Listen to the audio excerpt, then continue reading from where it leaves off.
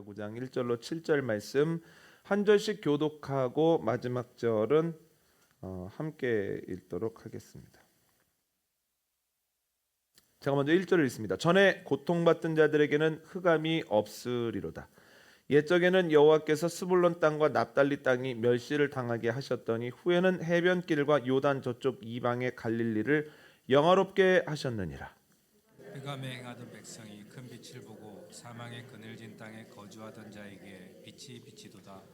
주께서 이 나라를 창성하게 하시며 그 즐거움을 더하게 하셨으므로 추수하는 즐거움과 탈취물을 나눌 때의 즐거움 같이 그들이 주 앞에서 즐거워하오니 이는 그들이 무겁게 맨 멍에와 그들의 어깨에 채찍과 그 압제자의 막대기를 주께서 꺾으시되 미디안의 날과 같이 하셨음이니이다. 어드레이 싸우는 군인들의 신과 피 묻은 겉옷이 불에 섭같이 살라지리니 이는 한 아기가 우리에게 낳고 한 아들을 우리에게 주신 바 되었는데 그의 어깨에는 정사를 메었고 그의 이름은 기묘자라 모사라 전능하신 하나님이라 영존하시는 아버지라 평강의 왕이라 할 것임이니라. 함께 하겠습니다. 그 정사와 평강의 더함이 무궁하며 또 다윗의 왕자와 그의 나라에 군림하여 그 나라를 굳게 세우고 지금 이후로 영원히 정의와 공의로 그것을 보존하실 것이라. 만군의 여호와의 열심히 이를 이루시리라. 아멘. 교회력은 크리스마스 이전 4주로부터 시작이 됩니다. 그래서 저희는 지난주부터 새로운 교회력을 또 시작하고 있습니다. 교회력의 첫 번째 시작은 대림절입니다. 대림절은 기다림의 절기입니다. 저희는 대림절에 우리는 지금 다시 오실 예수 그리스도를 기다리고 있는 중이다라고 하는 것을 기억하고 확인하고, 그러면 어떻게 해야 우리가 잘 기다릴 수 있을까? 잘 기다린다고 하는 것이 과연 주 안에서 뭘까를 고민해야만 합니다.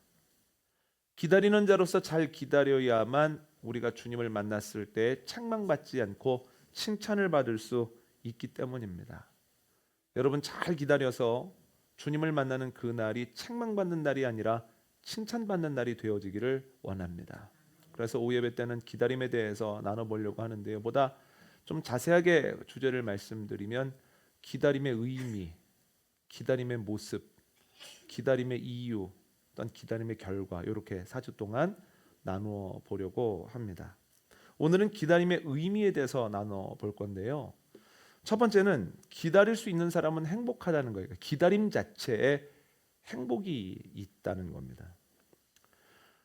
저는 늦가을이 돼서 찬바람이 코끝을 스치거나 아니면 겨울이 돼서 눈이 내리기 시작하면 종종 제 아내와 연애를 시작하고 맞이했던 첫 번째 겨울이 좀 떠오르곤 하는데요. 그냥 기억이 나는 것이 아니라 신기하게도 몇몇 장면들이 이렇게 쇼츠처럼 이렇게 보이는 느낌이에요. 제 머릿속에 이렇게 구성이 된 모양인데 그 그림 속에 제가 있습니다.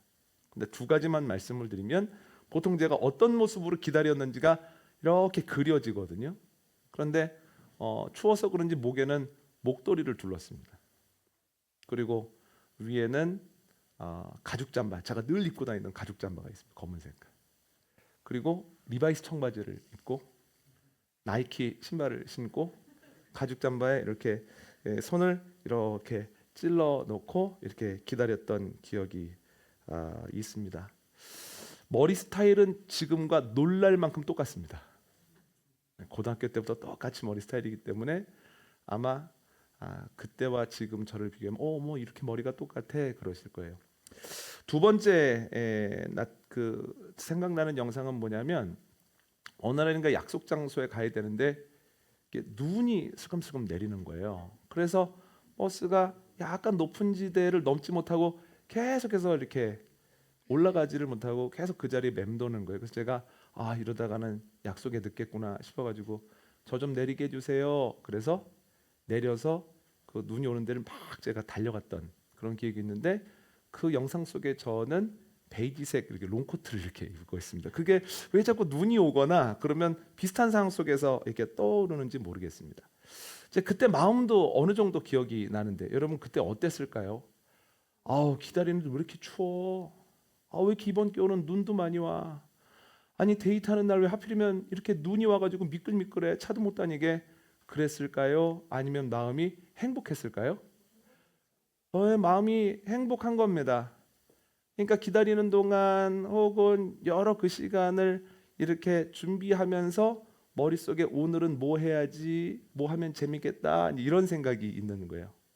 오늘은 종로에 가서 피카디리나 단성사에 가서 먼저 영화를 보고 영화 표를 끊은 다음에 그 앞에 있는 여러 가지 주전부리를 사서 영화 시간 되면 들어가고 보고 나서 그 뒤편으로 가서 밥 먹고 차 마시고 뭐 이런 계획들을 이렇게 하는 겁니다.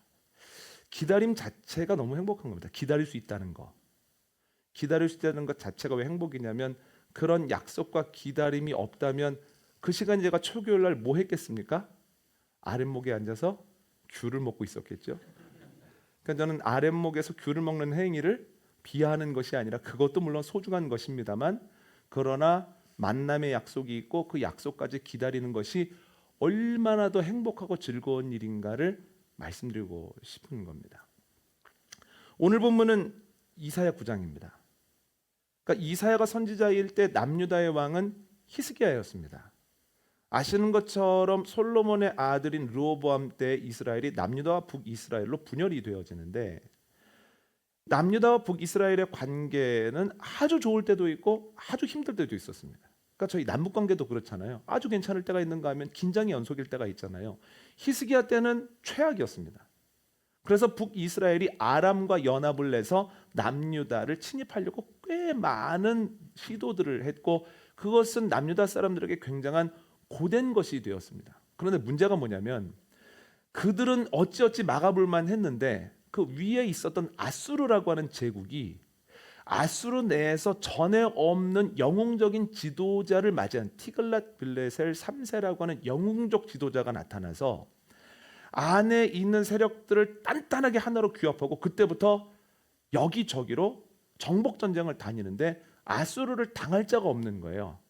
그때가 거의 히스기야 때 초반입니다. 근데 어느 정도 강하냐면 티글랏빌레셋으로 인하여서 강력해진 아수르가 북이스라엘을 멸망시킵니다. 이건 사마리아 성까지 완전히 점령당하고 무너졌다는 얘기입니다. 거기서 멈추지 아니하고 남유다 쪽으로 더 내려오는 거예요.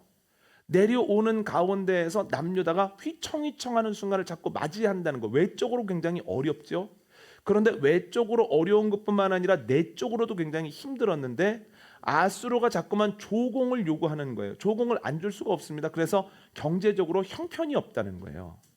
그뿐만 아니라 내부적으로 경제적으로도 힘든데 그런데 사회적으로나 혹은 종교적으로 굉장한 타락이 그 시대에 또 있었습니다. 여러분 어려우면 더 주님 앞에서 거룩하게 살아갈 것 같은데 그게 아니라는 거예요. 그렇지 않을 때가 더 많다는 거예요. 그래서 외적으로도 굉장히 어렵고 내적으로도 어려울 뿐만 아니라 타락한 상황이 바로 히스기야 초기 시대였다라고 하는 거예요. 내적으로도 외적으로도 길이 보이지 않는 상황인데 그때 하나님의 약속이 주어지더라는 거예요. 오늘 보면 6절 7절 한번 읽어볼까요? 오늘 보면 6절 7절 말씀 함께 읽습니다. 시작. 이는 한 아기가 우리에게 낳고 한 아들을 우리에게 주신 바 되었는데 그의 어깨에는 정사를 메었고 그의 이름은 기묘자라 모사라 전능하신 하나님이라 영존하시는 아버지라 평강의 왕이라 할 것임이라. 그의 정사와 평강의 더함이 무궁하며 또 다윗의 왕자와 그의 나라에 군림하여 그 나라를 굳게 세우고 지금 이후로 영원히 정의와 공의로 그것을 보존하실 것이라. 만군의 여호와의 열심히 이를 이루시리라. 아멘. 하나님께서 하나 아기를 이스라엘에게 주신다는 거예요. 그런데 그 아이를 하나로 표현하자면 평강의 왕이라는 거예요. 지금 이스라엘은 내적 평화도 없고 외적 평화도 없습니다. 외적으로는 휘청휘청하고 내적으로도 너무너무 어렵습니다. 그런데 이 아이가 평강을 되찾아준다는 거예요. 외적인 위기를 이기게 한다는 거예요. 내적인 타락을 정화한다는 거예요. 어떻게 해요? 물을 때 이렇게 얘기합니다. 그 이름은 기묘자라 모사라 전능하신 하나님이라. 기묘하게 너희가 알지 못하는 방법으로 너희가 상상도 못했던 능력으로 그러한 회복이 너희 안에 일어날 거다. 이렇게 얘기해요. 어렵지 않을까요? 마지막 절에서 뭐라고 합니까? 여호와의 열심히 일을 이루시리라. 그러니까 하나님의 때가 되어지면 이스라엘 사람들이 생각하지도 못했던 방법으로, 생각하지 못했던 정도로 여호와의 열심으로 인한 회복이 일어나게 될 것이다 라는 거예요. 그래서 외적 내적 문제가 해결되어 평안하게 될 뿐만 아니라 오늘 본문 앞부분을 읽어보면 너희 흑암에 앉은 자들에게 빛이 비춰질 것이다. 그때가 되면 너희가 확 하고 바뀔 것이다 라고 얘기를 한다는 거예요. 여러분, 참 놀라운 것이 있습니다. 여호와의 약속이 이사야를 통해서 이스라엘 사람들에게 주어지자마자 이스라엘 사람들의 적지 않은 수가 하나님의 약속을 믿었다는 거예요. 하나님의 약속을 믿는 순간부터 그들의 마음속에 희망이 생기더라는 거예요. 희망이 생기는 가운데 그들에게 언제 메시아가 오시려나, 언제 하나님의 때가 오게 될까, 하나님의 때가 되어지면 이 어려운 상황이 얼마나 놀랍게 간증으로 바뀌게 될까, 사람들이 기대하는 가운데서 그들의 마음속에 기쁨이 넘치더라는 거죠. 여러분, 하나님의 약속이 있다는 것, 하나님의 약속의 때를 기다린다는 것 자체가 굉장한 행복인 줄 믿습니다. 이전에 이런 일이 또 있었거든요. 아브라함에게 고민이 하나 있는 겁니다. 아들이 없습니다. 학자들에 의하면 아브라함 때만 해도 영원 불멸 사상이 없어요. 그래서 아브라함 때는 사람들이 보편적으로 어떻게 생각을 했냐면, 우리는 지금 영원 불멸 사상을 알기 때문에 우리가 죽으면 몸은 흙으로 돌아가지만 우리의 영혼은, 우리의 고향인 하늘나라로 돌아가잖아요. 근데 아브라함 때만 해도 몸이 죽는 순간에 모든 것이 소멸된다고 느꼈어요. 그러면 어떻게 내 삶이 이어지느냐? 아들을 통해서 이어진다고 생각했습니다. 아들을 통해서. 이건 우리나라 예전에 남존 여비 사상이랑은 상대가 안 되는 겁니다. 아들을 낳느냐 못 낳느냐는 그냥 대가 이어지느냐 끊지느냐 뭐 요 정도의 개념이 아니라 내가 계속 생존하느냐, 내가 소멸되느냐의 문제거든요. 그러니까 아들이 꼭 있어야 되는 거예요. 근데 나이는 먹어가는데 아들이 없잖아요. 그런데 하나님께서 아브라함에게 분명히 말씀하셨다는 거예요. 야, 걱정하지 말아라. 내가 너에게 자손을 줄 거다. 그리고 그 자손이 하늘의 별과 같이 많을 거다. 바다의 모래처럼 많아질 거다. 큰 민족을 이룰 것이다. 너희만 잘 사는 게 아니라 네가 축복의 근원이 되고 통로가 되어질 것이다 라고 하나님이 약속하셨다라고 하는 거죠. 그 약속 자체가, 그 약속을 기다린다는 것 자체가 너무너무 행복한 일이죠.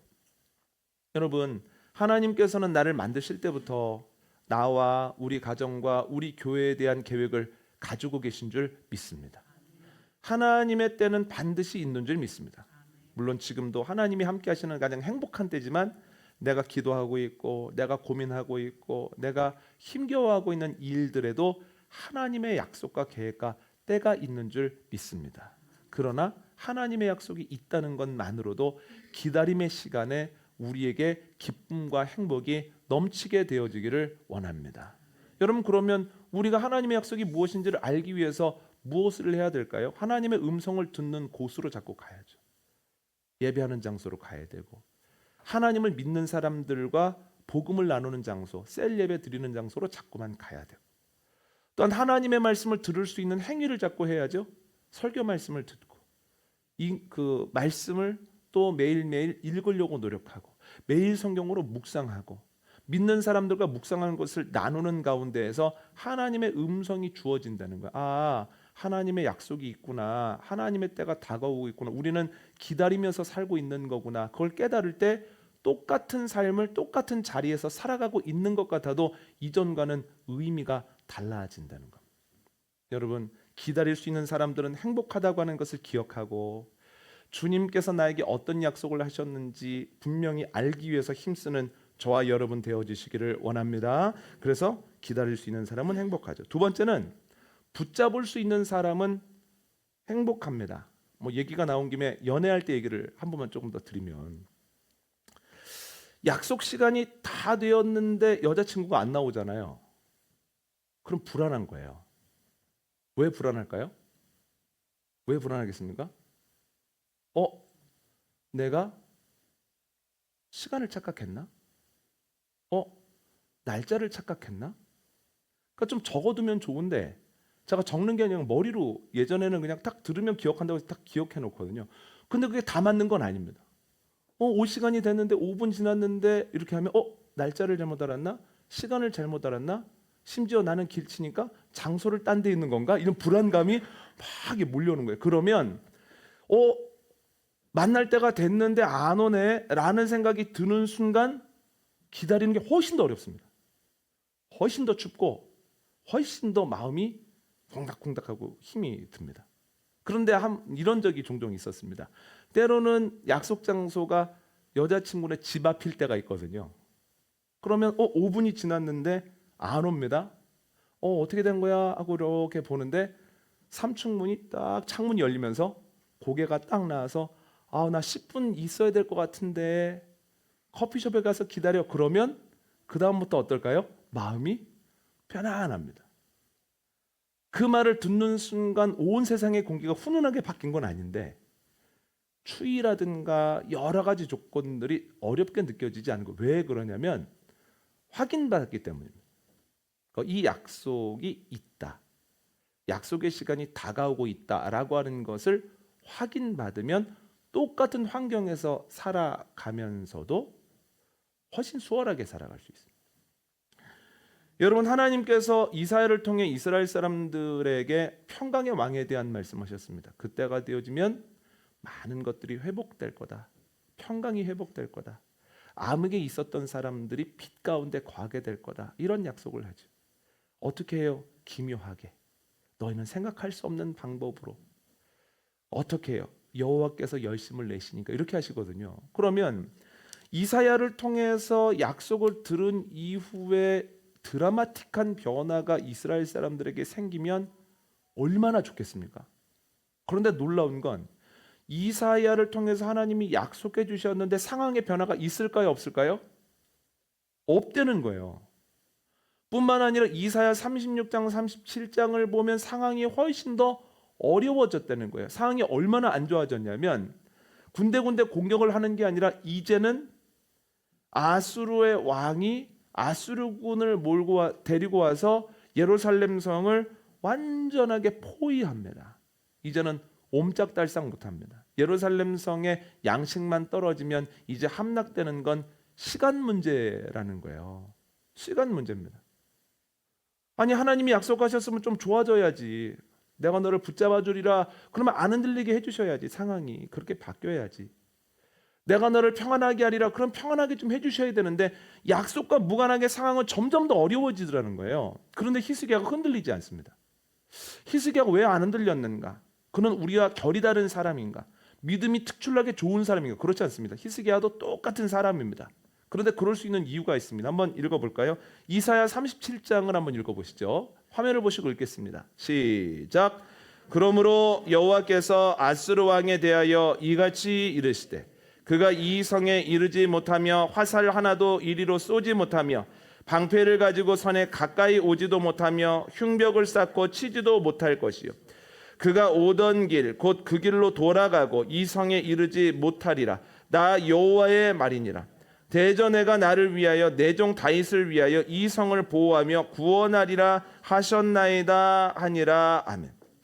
상황의 변화가 없고 상황이 점점 더 어려워졌을 때 히스기야가 이사야에게 갑니다. 나도 하나님께 기도할 테니 당신도 하나님께 기도해 달라고, 하나님의 뜻이 무엇인지를 좀 알려달라고 합니다. 그랬더니 하나님께서 이사야를 통해서 히스기야에게 뭐라고 말씀하시냐면 걱정하지 말라는 거예요. 네가 잘못 들은 거 아니야. 내 약속이 취소되지 않았어. 아수르 왕이 너희를 함락시킬 것 같지만 너희 털끝도 못 건드리고 다시 돌아가게 될 거야. 너희가 넘어질 것 같지만 실제로는 너희가 아닌 아수르와 그 왕이 넘어지게 될 거야. 염려하지 말아라. 하나님이 이사야를 통해서 다시 한번 약속을 확인시켜 주십니다. 그랬더니 히스기야가 확인시켜 주신 말씀을 딱 잡고 흔들리지 않습니다. 그랬더니 더 넘어뜨리려고 해요. 아수르 왕 사네립이 랍사게라고 하는 이스라엘의 언어에 능통한 사람을 보내서 또 이야기를 합니다. 히스기야에게 속지 말아라. 하나님이 너희를 돕는다고 하지. 야, 우리가 수많은 나라와 민족을 정복하면서 여기까지 왔는데 그 나라와 민족에는 신이 없었겠니? 그들은 정성을 다하지 않았겠니? 똑같아. 그들에게도 신이 있었고 그들도 자신들의 신에 대해서 최선을 다해서. 그런데 봐라, 다 함락돼 왔잖아. 너희도 똑같은 운명이야. 히스기야의 거짓말에 속지 말아라. 히스기야가 이사야에게 또 얘기합니다. 그랬더니 이사야가 하나님께 기도하고 또 확인시켜 줍니다. 하나님의 약속 변함이 없으니 흔들리지 말라고 하십니다. 그랬을 때 히스기야가 백성들의 마음을 꽉 붙잡습니다. 하나님의 약속 변하지 않았으니 흔들리지 말자고. 그래서 결국 하나님의 때를 맞이했다는 거예요. 저희가 지금 이사야 37장 34, 33, 34, 35절을 읽지 않았습니까? 놀라운 건 36절에 하나님이 말씀하신 대로 아수르의 왕 랍사게가 돌아가는 장면이 나옵니다. 놀라운 일 아닙니까?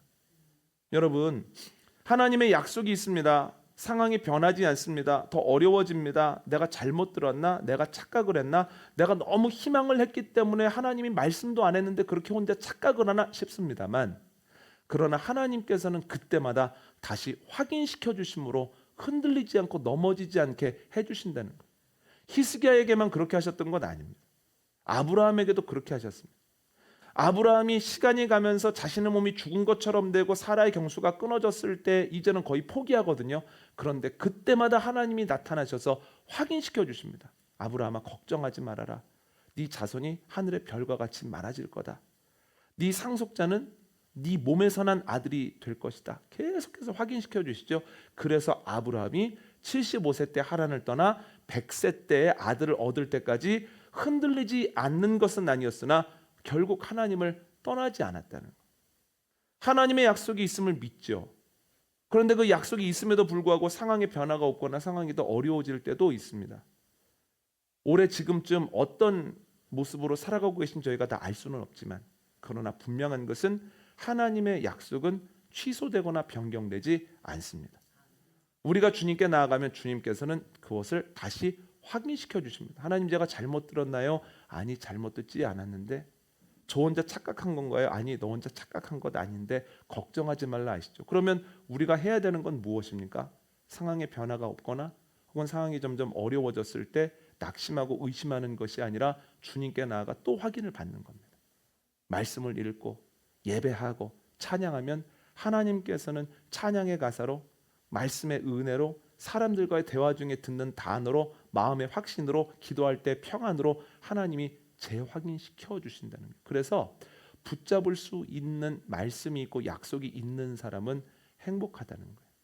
여러분, 우리에 대한 하나님의 약속과 계획이 있음을 믿고 흔들리지 않고 주님의 약속을 재확인받는, 그래서 주님의 때까지 흔들리거나 넘어지지 않는 저와 여러분 되어지시기를 원합니다. 오늘 말씀 정리합니다. 오늘은 기다림의 의미에 대해서 말씀드렸습니다. 기다림은 힘겨운 것일 수도 있지만 기다릴 수 있다는 것 자체가 무척 행복한 일입니다. 기다릴 수 있음이 행복입니다. 두 번째는 기다림의 순간 속에 변화가 없을 때 다시 한번 주님께 확인받고 주님의 말씀을 붙잡을 수 있다는 것 자체가 너무나 큰 행복입니다. 기다릴 수 있음에, 주님의 말씀을 붙잡을 수 있음에 넉넉히 이 기다림의 시간을 잘 지내는 저와 여러분 되어지시기를 원합니다.